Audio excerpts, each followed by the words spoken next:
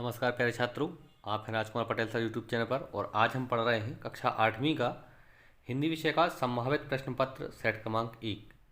इस संभावित प्रश्न पत्र सेट से आपकी वार्षिक परीक्षा की तैयारी होगी और उम्मीद है इस सेट से आपको अधिक से अधिक क्वेश्चन आंसर आपके पेपर में आएंगे। तो आप इसे ध्यान से सुने, समझें और इसे याद करने की कोशिश करें। आइए साथियों, तो हम शुरुआत करते हैं संभावित प्रश्न पत्र सेट 1 की।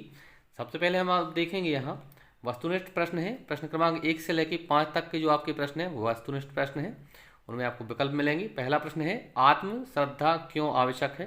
तो आत्म श्रद्धा क्यों आवश्यक है, इसका जो आपका आंसर होगा वो बी ऑप्शन सही होगा, सफलता प्राप्त करने के लिए। आगे देखें आप, दूसरा प्रश्न है जाऊं कहाँ तजी चरण तिहारे पद के रचयिता हैं। तो इस पद के जो रचयिता हैं वो गोस्वामी तुलसीदास जी हैं, ये ऑप्शन इसका सही है। प्रश्न तीसरा देखें आप, तीसरा प्रश्न है ज्योतिष विज्ञान का संबंध किससे है। तो ज्योतिष विज्ञान का जो संबंध होता है वह है ग्रह नक्षत्रों से होता है, सी ऑप्शन इसका सही होगा। चौथा प्रश्न है व्यवहार में विनम्रता कैसे आती है। तो व्यवहार में जो विनम्रता है वह मीठी वाणी से आती है, ए ऑप्शन इसका सही होगा। आगे पांचवा प्रश्न देखें, हेमलंब किसका नाम है। तो हेमलंब जो है वह किसका नाम है, संवत्सर का नाम है, बी ऑप्शन इसका सही है। आगे देखें आप, रिक्त स्थानों की पूर्ति कीजिए। प्रश्न क्रमांक 6 से लेकर 10 तक जो है वो खालिस्तान है।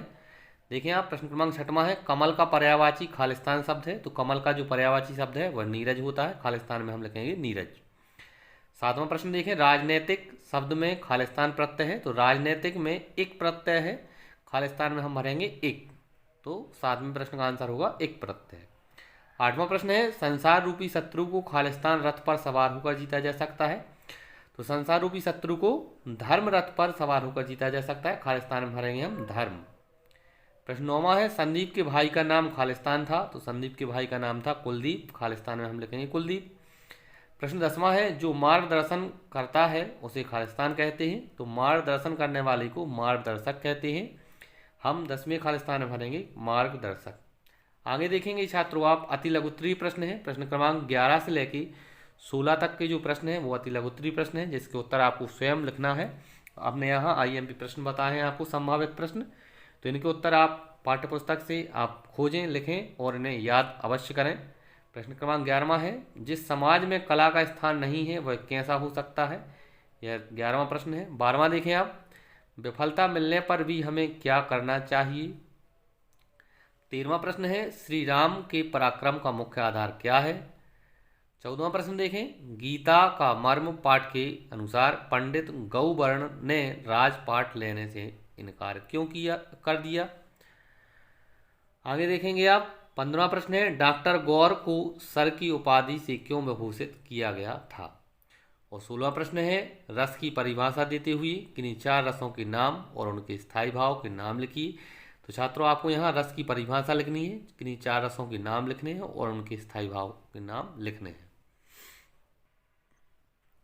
आगे देखें लघुत्तरीय प्रश्न है। प्रश्न क्रमांक 17 से 22 तक के जो प्रश्न है वो लघुत्तरीय प्रश्न है। प्रश्न क्रमांक 17वां है साहसी जननी किसे कहा गया है और क्यों, इसका आपको उत्तर लिखना है। 18वें प्रश्न में देखें आप आगे, सूरदास प्रभु कामधेनु तजी छेरी कौन दोहावे, पंक्ति का आशय स्पष्ट कीजिए। तो यह प्रश्न है, इस पंक्ति का आपको आशय स्पष्ट करना है। 19वां प्रश्न है हिमालय की बर्फीली चोटियों और नर्मदा में क्या अंतर है। 20वां प्रश्न है उपमा अलंकार किसे कहते हैं, लिखिए। और 21वें प्रश्न में देखें आप, सर्पासन से शरीर में होने वाले लाभ लिखिए। सर्पासन से आपको शरीर में होने वाले लाभों को लिखना है यहाँ पे 21वें प्रश्न में। 22वां प्रश्न देखें, इंडियन ओपिनियन नामक पत्र में गांधी जी किन किन समस्याओं पर प्रकाश डालते थे, इसका आपको 22वें प्रश्न में उत्तर लिखना है। आगे है दीर्घोत्तरीय प्रश्न है। प्रश्न क्रमांक 23 से लेकर जो 26 तक के प्रश्न है वो आपके दीर्घोत्तरीय प्रश्न है। प्रश्न क्रमांक 23वां है निम्नलिखित पद्यांश का संदर्भ सहित व्याख्या कीजिए।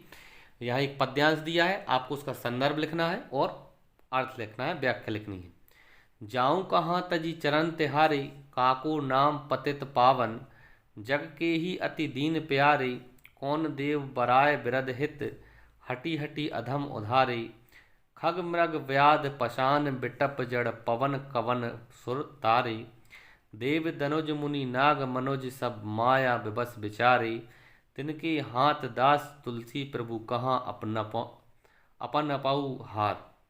यह पंक्तियां थी, पद्यांश था। इसका आपको संदर्भ और व्याख्या लिखनी है। आगे देखेंगे आप प्रश्न क्रमांक 24 है, निम्नलिखित गद्यांश का संदर्भ सहित व्याख्या कीजिए। अब आपको 24वें प्रश्न में एक गद्यांश है, उसका आपको संदर्भ और व्याख्या लिखनी है। गद्यांश सुने आप। सुनिए वह लड़का अभी तक फाटक पर डटा है, कह दो कि गुस्सा आ गया था, क्यों जगत में डंका पिटवाते हो, कि बित्ते भर को छोकरा थानेदार के दर्जे के सरकारी अफसर के दरवाजे पर सत्याग्रह किए बैठा है। कहीं अखबार वालों को भनक पड़ गई तो तिल का ताड़ बनेगा, फिर आज गांधी जयंती भी है। यह आपका गद्यांश था, इसकी आपको संदर्भ और व्याख्या लिखनी है। आगे देखेंगे आप 25वां प्रश्न है। 25वां प्रश्न है कि बहन की शादी में शामिल होने के लिए 3 दिन का अवकाश के लिए प्रधान अध्यापक को प्रार्थना पत्र लिखिए। आपको छुट्टी के लिए आवेदन पत्र लिखना है। बहन की शादी में शामिल होने के लिए आपको अपने प्रधान अध्यापक को एक पत्र लिखना है। आगे देखें आप 26वां प्रश्न है, निम्नलिखित शीर्षकों में से किसी एक विषय पर निबंध लिखिए। यहाँ 4 शीर्षक दिए हैं छात्रों, आपको उनमें से किसी भी एक शीर्षक पर आपको एक निबंध लिखना है।